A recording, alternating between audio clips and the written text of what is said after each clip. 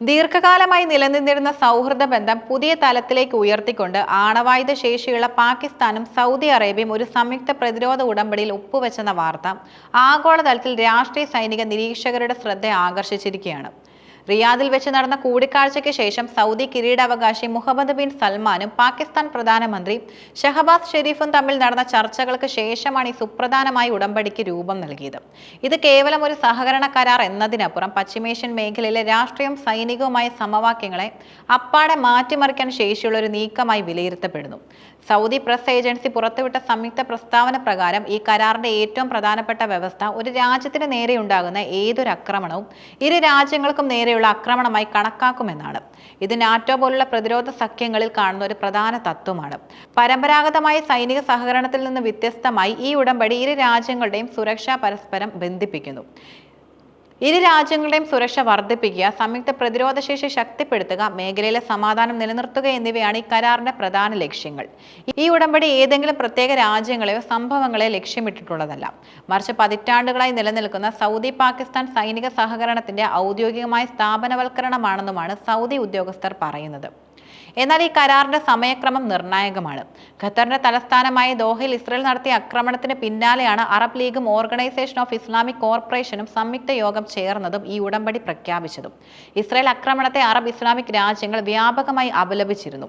അതുകൊണ്ട് തന്നെ ഇസ്രയേലിന്റെ ആക്രമണങ്ങൾക്ക് മറുപടിയായി അറബ് ലോകം സ്വീകരിക്കുന്ന ഒരു സുരക്ഷാ മുൻകരുതൽ കൂടിയാണ് ഈ കരാർ എന്ന് നിരീക്ഷകർ വിലയിരുത്തുന്നുണ്ട്. ഈ സഖ്യത്തിൽ ഏറ്റവും കൂടുതൽ ചർച്ച ചെയ്യപ്പെടുന്നത് പാകിസ്ഥാന്റെ ആണവായുധ ശേഷിയാണ്.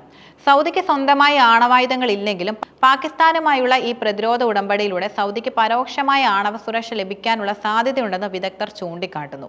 പാകിസ്ഥാന്റെ ആണവായുധ ശേഷി ഈ സഖ്യത്തിൽ എങ്ങനെ ഉപയോഗപ്പെടുമെന്ന ചോദ്യത്തിന് പേര് വെളിപ്പെടുത്താൻ ആഗ്രഹിക്കാത്ത ഒരു സൗദി ഉദ്യോഗസ്ഥൻ നൽകിയ മറുപടി ഈ സാധ്യതയെ ശരിവെക്കുന്നതായിരുന്നു. ഇതെല്ലാ സൈനിക മാർഗങ്ങളെയും ഉൾക്കൊള്ളുന്ന ഒരു സമഗ്ര പ്രതിരോധ കരാറാണ്. ഇത് പശ്ചിമേഷ്യൻ മേഖലയിൽ ശക്തി സന്തുലിതാവസ്ഥയെ മാറ്റിമറിക്കാൻ പോകുന്ന ഒരു നീക്കമാണ്. നിലവിൽ ഇറാൻ ആണവായുധം വികസിപ്പിക്കുന്നുവെന്ന് ഇസ്രയേൽ ആരോപിക്കുന്ന സാഹചര്യത്തിൽ സൗദി അറേബ്യ ഒരു ആണവായുധ സഖ്യത്തിലൂടെ പ്രതിരോധം ശക്തിപ്പെടുത്തുന്നത് മേഖലയിലെ പിരിമുറുക്കം വർദ്ധിപ്പിക്കാനും സാധ്യതയുണ്ട്. സൗദിയുടെ നീക്കം ഇറാൻ ഒരു മുന്നറിയിപ്പ് നൽകുക എന്ന ലക്ഷ്യവും ഉൾക്കൊള്ളുന്നുണ്ടെന്ന് കരുതപ്പെടുന്നു. പുതിയ സഖ്യം നിലനിൽക്കെ തന്നെ ഇന്ത്യയുമായുള്ള തങ്ങളുടെ ബന്ധം മുമ്പത്തെക്കാളും ശക്തമാണെന്നാണ് സൗദി ഉദ്യോഗസ്ഥർ വ്യക്തമാക്കുന്നത്. ഇന്ത്യയും പാകിസ്ഥാനും തമ്മിൽ നിലനിൽക്കുന്ന ഭിന്നതകൾക്കിടയിൽ ഈ പ്രസ്താവനയ്ക്ക് വലിയ പ്രാധാന്യമുണ്ട്. സൗദി അറേബ്യ തന്റെ നയതന്ത്ര ബന്ധങ്ങളിൽ ഒരു സന്തുലിതാവസ്ഥ നിലനിർത്താൻ ശ്രമിക്കുന്നുവെന്ന് ഇത് സൂചിപ്പിക്കുന്നുണ്ട്. ഇന്ത്യയുമായുള്ള തന്ത്രപരമായ ബന്ധങ്ങൾ സൗദിയുടെ സാമ്പത്തിക വികസനത്തിനും അത്യന്താപേക്ഷിതമാണ്. അതുകൊണ്ട് തന്നെ പാകിസ്ഥാനുമായി സൈനിക സഖ്യം സ്ഥാപിക്കുമ്പോഴും ഇന്ത്യയെ പിണക്കാതെ മുന്നോട്ട് പോകാൻ സൗദി ശ്രമിക്കുന്നു. ഇത് സൗദി അറേബ്യയുടെ സങ്കീർണമായ വിദേശ നയത്തിന്റെ ഭാഗമാണ്. സൗദി അറേബ്യയും പാകിസ്ഥാനും തമ്മിലുള്ള സൈനിക സഹകരണം പുതിയ കാര്യമല്ല. 1967 മുതൽ പാകിസ്ഥാൻ 8200-ലധികം സൗദി സൈനികർക്ക് പരിശീലനം നൽകിയിട്ടുണ്ട്. കൂടാതെ ഇരു രാജ്യങ്ങളും നിരവധി സംയുക്ത സൈനിക അഭ്യാസങ്ങൾ സംഘടിപ്പിച്ചിട്ടുമുണ്ട്. പതിറ്റാണ്ടുകളായി നിലനിന്നിരുന്ന ഈ സൈനിക സാമ്പത്തിക നയതന്ത്ര ബന്ധങ്ങൾക്കാണ് ഇപ്പോൾ ഔദ്യോഗിക സൈനിക സഖ്യത്തിന്റെ രൂപം ലഭിച്ചിരിക്കുന്നത്. ഈ പുതിയ സഖ്യം ഇസ്രയേൽ ഇറാൻ സംഘർഷങ്ങൾ, ചൈനയുടെ മേഖലയിലെ വർദ്ധിച്ച സ്വാധീനം തുടങ്ങിയ ആഗോള രാഷ്ട്രീയ സാഹചര്യങ്ങളിൽ സൗദി അറേബ്യയുടെയും പാകിസ്ഥാന്റെയും സ്ഥാനം കൂടുതൽ ഉറപ്പിക്കാൻ സഹായിക്കുമെന്നാണ് വിദഗ്ധർ ചൂണ്ടിക്കാട്ടുന്നത്. പാകിസ്ഥാൻ ചൈനയുമായി അടുത്ത ബന്ധം പുലർത്തുന്ന ഒരു രാജ്യമാണ്. അതിനാൽ ഈ സഖ്യം പരോക്ഷമായി ചൈനയുടെ സ്വാധീനത്തെ പശ്ചിമേഷ്യയിൽ വർദ്ധിപ്പിക്കാൻ സാധ്യതയുണ്ടെന്നും ചില നിരീക്ഷകർ കരുതുന്നു. സൗദി പാകിസ്ഥാൻ പ്രതിരോധ ഉടമ്പടി കേവലം ഒരു കരാറല്ല, മറിച്ച് പശ്ചിമേഷ്യയിലെ രാഷ്ട്രീയ ഭൂപടത്തിൽ പുതിയ മാറ്റങ്ങൾ വരുത്താൻ പോകുന്ന ഒരു സുപ്രധാന നീക്കമാണ്. ഇത് ഇസ്രയേൽ, ഇറാൻ, അമേരിക്ക, ചൈന തുടങ്ങിയ രാജ്യങ്ങളെ എങ്ങനെ ബാധിക്കുമെന്നത് കാലം തെളിയിക്കും.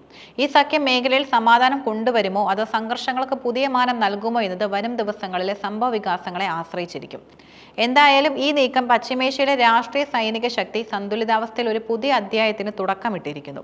പാകിസ്ഥാനും സൗദി അറേബ്യയും തമ്മിലുള്ള പുതിയ പ്രതിരോധ ഉടമ്പടി ഇന്ത്യക്ക് ഒരു വെല്ലുവിളിയാണോ എന്ന ചോദ്യവും സങ്കീർണമാണ്. ഈ സഖ്യം ഇന്ത്യയെ നേരിട്ട് ലക്ഷ്യമിട്ടിട്ടുള്ളതല്ലെന്ന് സൗദി ഉദ്യോഗസ്ഥർ വ്യക്തമാക്കിയിട്ടുണ്ടെങ്കിലും ഇത് പ്രാദേശിക ശക്തി സന്തുലിതാവസ്ഥയിൽ മാറ്റം വരുത്താൻ സാധ്യതയുണ്ട്.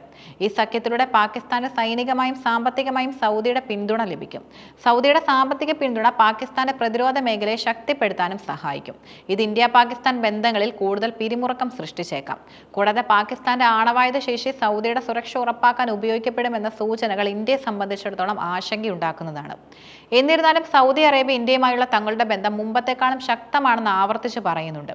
ഇന്ത്യയുമായി സൗദിക്ക് വലിയ സാമ്പത്തിക നയതന്ത്ര താൽപ്പര്യങ്ങളുമുണ്ട്. അതിനാൽ സൗദി പാകിസ്ഥാനുമായുള്ള സഖ്യം വഴി ഇന്ത്യയെ അകറ്റാൻ സാധ്യതയില്ല. ഈ സഖ്യം ഇന്ത്യക്ക് നേരിട്ടുള്ള ഒരു സൈനിക ഭീഷണി അല്ലെങ്കിലും മേഖലയിലെ രാഷ്ട്രീയ നീക്കങ്ങളിൽ ഇന്ത്യക്ക് കൂടുതൽ ജാഗ്രത പുലർത്തേണ്ടതുണ്ടെന്ന് ഇത് ഓർമ്മിപ്പിക്കുന്നു.